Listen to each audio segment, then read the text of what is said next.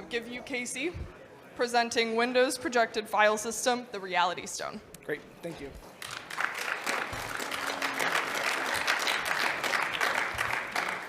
Okay, can you hear me okay? We're good on stream? Great. Okay, so we're going to go through this. We've got about 20 minutes to go through this material. This is the end of a couple of years of research and shipping a thing on our website, Canary Tokens. My main outcome for you is to really find excitement in something called the Windows Projected File System, which is a default tool in later versions of Windows that I think both folks doing defensive research and offensive research will find fun. So we're going to take a deep dive into that. I named it the Reality Stone because we can fake what attackers see as relevant files. So we can control the reality when they're enumerating files over a share or locally on the system. So that's what I think is really interesting about this. And of course, the fact that it's default is even better. I'm a big fan of default tools that are built into the native operating system. So we'll talk about what problem this solves.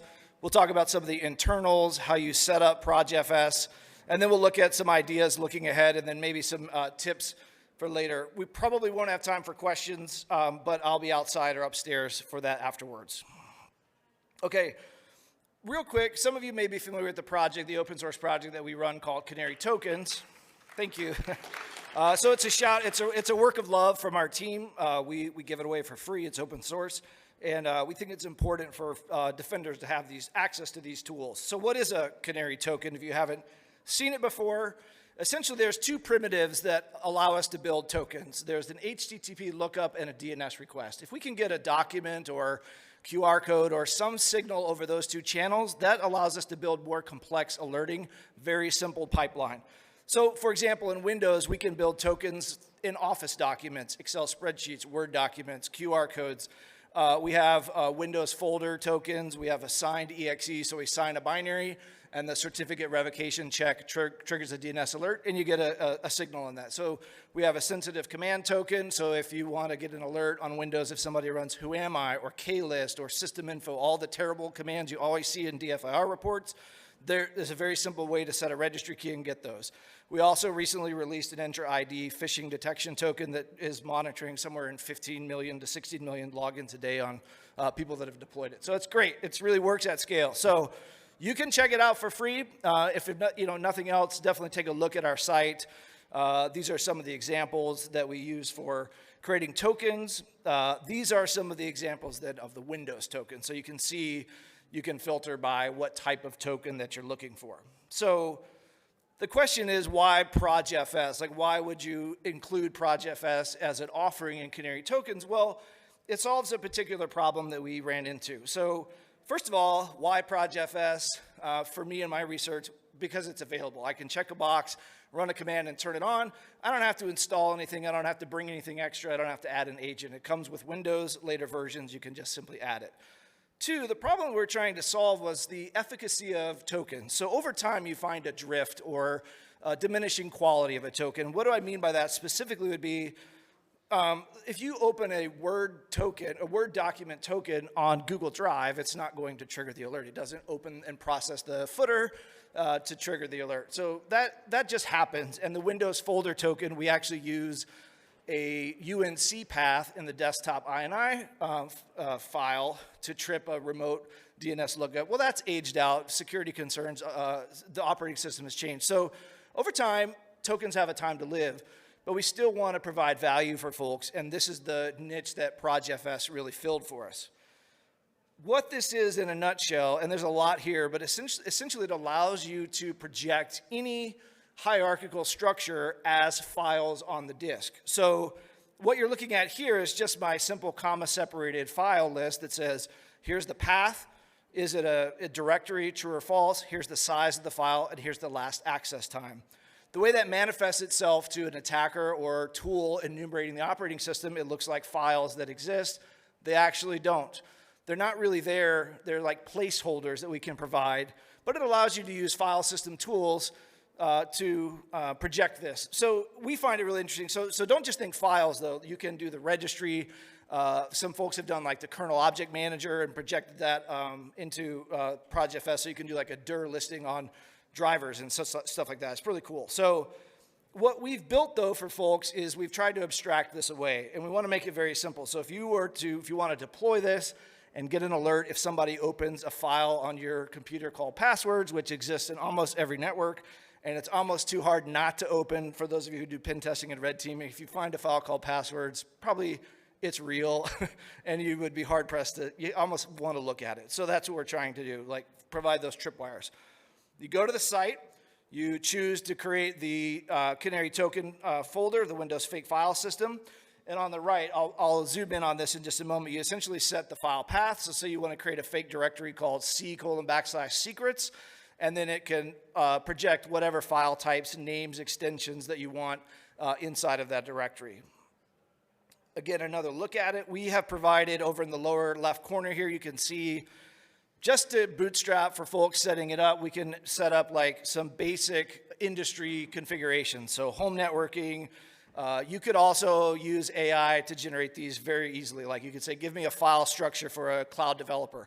Creates key files, AWS API keys, Kubernetes configuration. So it's really, that lends itself really well to dynamic generation. And again, just so you can see, all of the backing for this can be dynamically generated.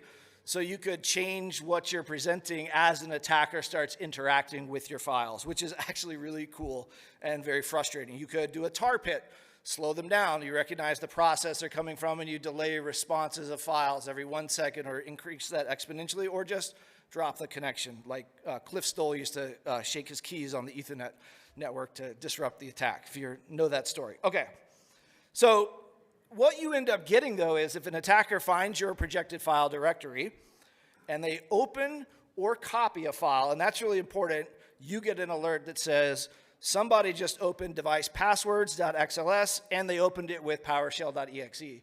So you get a really high signal that that just happened. What you don't get is a lot of alerts for directory enumerations. There's a lot of things in Windows and other operating systems that just simply are enumerating or listing files. We don't want to alert on that. We only want to alert when an attacker or unauthorized person takes action on that particular file. Does that make sense? So that's really for us was the bar that we had to cross. If we couldn't cross that bar, it's really not worth shipping the product at that point. All right. You can even share this. So if you think about running projected file system on your C drive and then offering that up as a share, if an attacker runs a tool like Snaffler or SB, ShareFinder, and they're sweeping the network, they'll find your share, they'll find interesting file names, and probably take action to pull that back with like a beacon or whatever tool they're using to pull files back. The minute they open and move that, you get that alert that that action has been taken. Now, one of the asks that I do have for this, and this is why I love ShmooCon, is we've tested some of this, and we have some assumptions, but we need further feedback. So we've tested tools like ShareFinder. There's an open source tool called FRansom, Snaffler. Our AV testing has primarily been a little bit limited just because of trying to get access to a large body of AV tools to run on a system instrumented with ProjFS. So if you have that environment, love to talk to you. We'd love to see if we're getting false positive alerts. And things like even the Windows Search Indexer, at the end of the day, those things run, but they don't trip your tokens, which we find to be very valuable. Okay.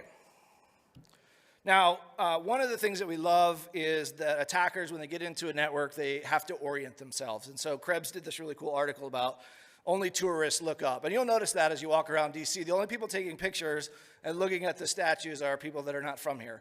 So if you think about that in your network, when an attacker arrives, they're new, and we can then project that reality for them. And so we can confuse them, confound them, disorient them, delay them, detect them. That's the goal. So one of the things that we know is attackers bump around. If you've done red teaming or pen testing, if you often are looking for open ports, open files. And so again, this we think is a very powerful defender asymmetry because it gives the defender the advantage of an easy to deploy directory that as soon as the attacker steps into the maze, they open the files, we get the alerts. And then we also collate the alert. So if you get if they open 7 files within a certain amount of time, you'll get a single alert, but you'll have the record of those actions inside of your Canary token management page. Okay, I don't usually talk this much or this fast, so I'm going to pause and take a break. Okay, are we doing okay? All right. So this is the thing that I think is really interesting was, in our situation, we are alerting on file open copy, but you can intercept this in user mode. So those of you who've done, file manipulation in the kernel mode, a filter driver or something, but all of this runs for the most part when I create my provider. I create and run a user mode process, so there's a lot of safety there. It's not going to crash the system most likely. If an attacker gets in, we can actually see which process is making the request for the file.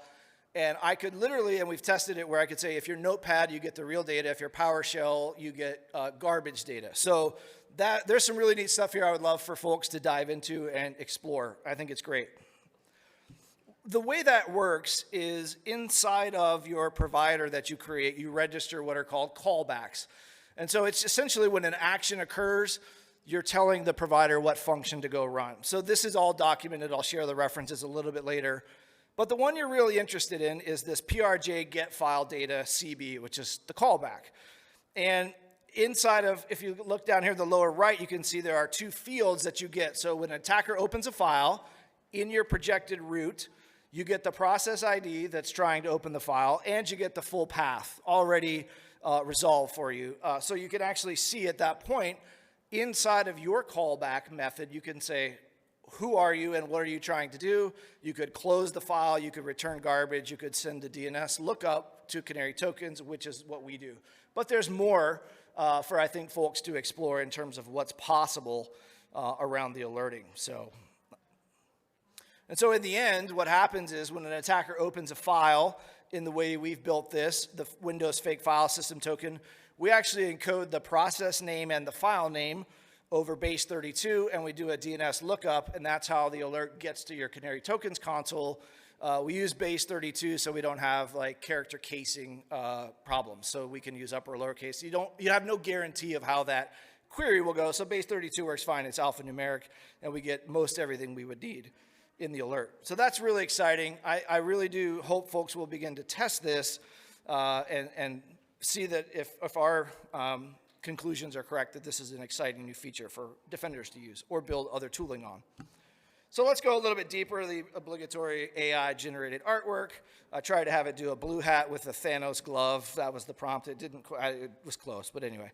So how this works is, we'll talk about, sorry, let me tell you where we're going to go real quick. We're going to talk about how it works, what is a provider, what are something called reparse points that actually trigger the alert.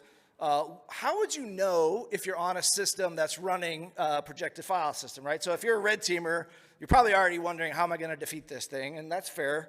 I love that feedback. So there's some ways I can show you to enumerate so you would know if you're on a machine that has a filter, a projected filter,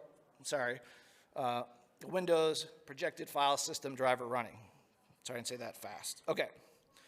So what we've provided to folks, the early representations of this were in Python, and they really didn't handle proper enumeration, directory listings. They would just simply project a single file, and you would get an alert. So what we've built and shared with the community on our site is a C# and a PowerShell implementation. So hopefully that gives you, as other researchers are looking at this, a leg up, so you don't have to go back and do the low-level structures. We've provided that for you. Would love to see pull requests if you do run into bugs or other issues. At the end of the day, there's really three components to these providers. There's the provider, which is your user mode projection engine. There's the callbacks that I was talking about earlier, that you register and take action on a particular event. Most interestingly is file open or copy. And then, of course, a virtualization route. Now, we have implemented this with empty virtualization routes, and we are not really handling file writes to it. This is simply create a bunch of fake files and alert if somebody opens it. There is more you can do here if you wanted to, say, blend folders and have other processes writing. We didn't implement that, so just be aware of that. We're going just for a high-fidelity signal, but if you want to dive in deeper, there's quite a bit here. I recommend, for those who are interested, more learning is in the Projected File System Programming Guide. You can learn a lot about these things just reading MSDN all the time. I spend a lot of time here. It's great. So there's the reference. It has all the use cases, the different handling routines for enumeration, and also action on files. All right, so how does this actually work? Now, again, in a short talk like this, we don't have time to unpack all of it, but I did want to call out a few things. There's a command that you can run on a Windows machine called fsutil, and you can use fsutil reparse point query and then give it a path. And essentially you're able to interrogate the directory and say, are you fake or are you real? And if you get back a tag that is this value, which is a registered value by Microsoft, then you know you're about to step into a trap. That's fine. That's easy enough for us to make you aware of, but what we find, again, as attackers, a lot of them just bump around and don't take the time, or you could have signal. Honestly, nobody runs fsutil that needs to. So that could be a signal as well. But it's important to know that those reparse points are actually on the disk, and they influence the way filter drivers handle the processing of that particular file. You can read more about that by learning about reparse point tags if you're interested. I think there's a lot more stuff there than we can say right now. The next thing is, how would I know which process is running the provider? Well, an easy way to do that is any provider loads the projected fs lib.dll.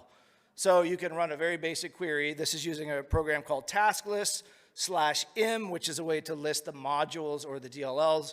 If the process has projected fs lib.dll, then you know that particular process is running the projected file system. One thing that was, when I was having some conversations about this, that I don't have a really good way to do is go from, I see it's process 1180, but I don't know what directory. I don't know, is that C secrets? Is that C ShmooCon2025? So that's kind of an open question of research. I didn't find a good call for it. If you wanted to dive into that, it would be easy enough, or I would love to collaborate with you to figure out if we could do that, to go backwards from here's the process, what directories is it projecting? And then lastly, fltmc.exe enumerates the filter drivers. If you see prj flt and you see at least one instance, then you know that there's potentially a projected file system running. Now, that doesn't mean they're running our canary token. These are used for a large number of systems, Git file systems, large development build processes use projected file systems. So it could be an indicator, but something to be aware of.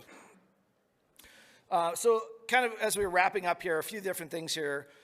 Some of you may have a question, well, why would you use projfs over some of the other options? So there are other ways to monitor for file access and attempts. The only one that met all three criteria, and specifically could we monitor and manipulate content returned, was the projected file system. But you can do this with file system watchers. As far as scalability, that one's a little bit kludgy. Same with object auditing and SACLs. And also controlled folder access is a very good tool for defenders to deploy. However, it does not allow us any really customization to inject content or return fake file data. Some really good reference architectures. All of the code for this we've published at Thinkst GitHub page, Defending Off the Land. So again, the idea here is what can you do with your system today to instrument it and start detecting attacks? There was a Python project that was really instrumental when I was researching this. This number 2 bullet point was when I had the aha moment. I could actually see what the project, what the potential was. And I hope that's what we're giving back to the community, is letting you see how this works so that you can find other use cases or applications so you can take research and build on it. And then a few other reference architectures as well. Okay, so we've covered a lot of ground here. We talked about Canary Tokens, a free open source project. Check it out. We talked about our new token, the Windows Fake File System token. We talked about how you're able to get alerts really on file, open, and copy. And I think there's a lot more here you can do because you can quarantine or take actions based on specific processes. So again, we don't have time. They're gonna turn the room for the next talk, but here's my contact information. Check this out. I really want to thank the folks at ShmooCon for having me out to speak. Thank you for attending my talk and maybe watching online later. Thank you so much.